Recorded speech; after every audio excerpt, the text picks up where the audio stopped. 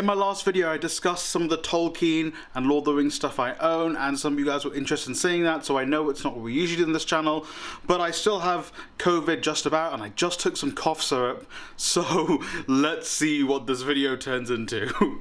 So I thought I'd start off with the stuff that isn't exactly the books and get those out of the way first. So at first we have this Lord of the Rings Monopoly. It's kind of like your standard Monopoly, but not really. It follows the movie and the places that the Fellowship goes from throughout the 3 movies.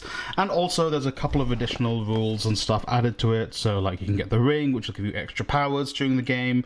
And also the Eye of Sauron will sometimes affect you if you have the ring. Pretty interesting. And these are pretty beautiful. My copy isn't open, but I've played this before at a friend's, and look at those. They just look beautiful in their metal. You know, Monopoly, it's Monopoly. Up next we have Lord of the Rings Risk. Risk is a strategy game, and I'll be honest, it's that kind of game you play a couple times a year, and every time you play you're like, why am I playing this? You know, it's Risk. It's a very long game. I'm sure there's some additional rules for the Lord of the Rings version if you so choose to play, and yeah, it's good fun if you're with the right people, but definitely it's a kind of game which will have you at each other's throats and also make you question your sanity for actually playing it.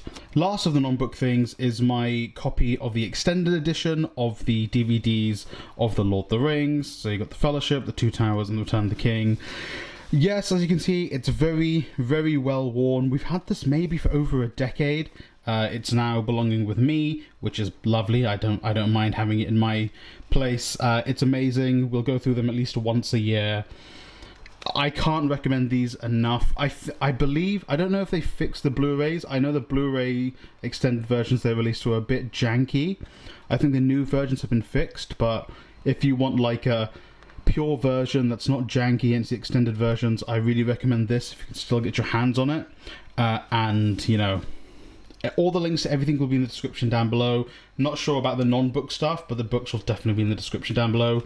And yeah, it's amazing, but do keep in mind these are DVDs, so you need to swap discs halfway through the movie for all of them. Now this is the illustrated version of the Lord of the Rings. It's beautiful. I pre-ordered this like a year in advance, and it came one day and I was like, I wasn't expecting this. We will open this up, so we'll cut to that. So as you can see, it's just this beautiful leather bound copy of the book. Oh wait, let me just slowly get that out. I still have some of the cardboard and stuff on the back to, you know, keep it nice and pristine. Gold leaf, beautiful. And if we just open it, look at that. Oh, that sounds amazing. I've got all the little accoutrements inside. As you can see, there's illustrations of different places. So this is meant to be Hobbiton across the water. It's like, I don't want to be opening this too much. It's amazing. Again, it's one I think that's not going to be read all too much, and it's just going to be something that's going to be passed down because I'm a nerd like that. Wow, look at that. Up next we have Tolkien's Great Tales of Middle-earth, so The Children of Húrin, Beren and Luthien, and The Fall of Gondolin. I believe this was a second-hand trilogy I got, so if you can see here, the Beren and Luthien copy is a little bit scuffed up, unfortunately. But these books are amazing. I read them all in the library. They're from, I believe, the first and part of the Second Age. A little story about Beren and Luthien. I believe on Tolkien's grave with his wife, it has Beren and his Luthien, and it's beautiful. I wanted to go visit the grave the last time I was in Oxford to pay my respects, but sadly didn't have the time. But these are amazing. If you're a Lord of the Rings fan and you want to get more into Tolkien's world, I would really recommend these, especially they're a little bit more concise than obviously the Silmarillion, which is just all over the place. The Silmarillion does touch on some of these characters, but I do think, you know, if you don't mind not going through everything in chronological order, I would read these. They're just great books, and again, the Beren and Luthien fact, I think when I first read it, it made me cry. And finally, for me, the main event is these editions of The Lord of the Rings and The Hobbit that are on these little pocket-sized leather-bound books. They're just beautiful. Let me get one out for you. Look at this. This is The Hobbit. It's leather-bound. It's so lightweight. It's very small.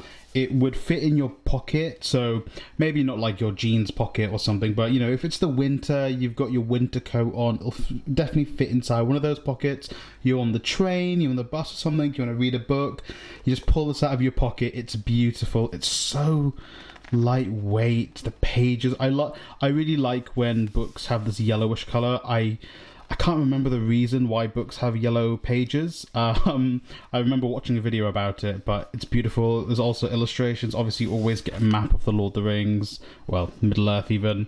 You've got Bilbo's writings. There's a couple other illustrations throughout. It's so small, so lightweight. These are books that I want to read consistently again and again, and I don't mind if I get a little bit scuffed with the leather. And like I said for some of the other ones, these are ones that I would love to pass down to my children or my nephew. Well, I don't have children, but you know what I mean. And my nephews or nieces, if and when I have them. It's beautiful, and I love the cover. It's so minimalistic, and I love the tones they've used. So like this red and sort of this olive and brownish colors, very natural colors, kind of fits the theme of Middle-earth being a very nature-loving land. But yeah, that's the collection. This, again, these are my absolute favorite. I mean, everything here is beautiful, especially not especially, everything is beautiful, but this, I think because they're so small and compact, they really hold this place in my heart, and I really love them. So, as I mentioned, links to everything will be, or at least all the books will be in the description down below. If I can get the non-book stuff, links to those, I'll also put them down below. I hope you enjoyed this. I hope you enjoyed having a look at those. I know it probably wasn't the best produced unboxing and showing off of stuff, but I just really wanted to show them off, and hope you enjoyed. Let me know in the comments down below what your favorite piece of Tolkien fiction is. Do you like the movies? I love the movies. Are you looking forward to the Amazon series? I'm a bit up and down on it, but next week we'll be returning to form with books from Asia and other parts of the world. But I'm pretty sure, I think next week's book, if I can read it fast enough, will be a book from Vietnam. So thank you for watching. Remember to like, subscribe, share the video with a friend or family member. And the cough syrup hasn't, made me loopy. So I think I bought one that doesn't do that. Let me know. No, actually, I won't ask that. Thank you for watching, and I hope you read a great book today.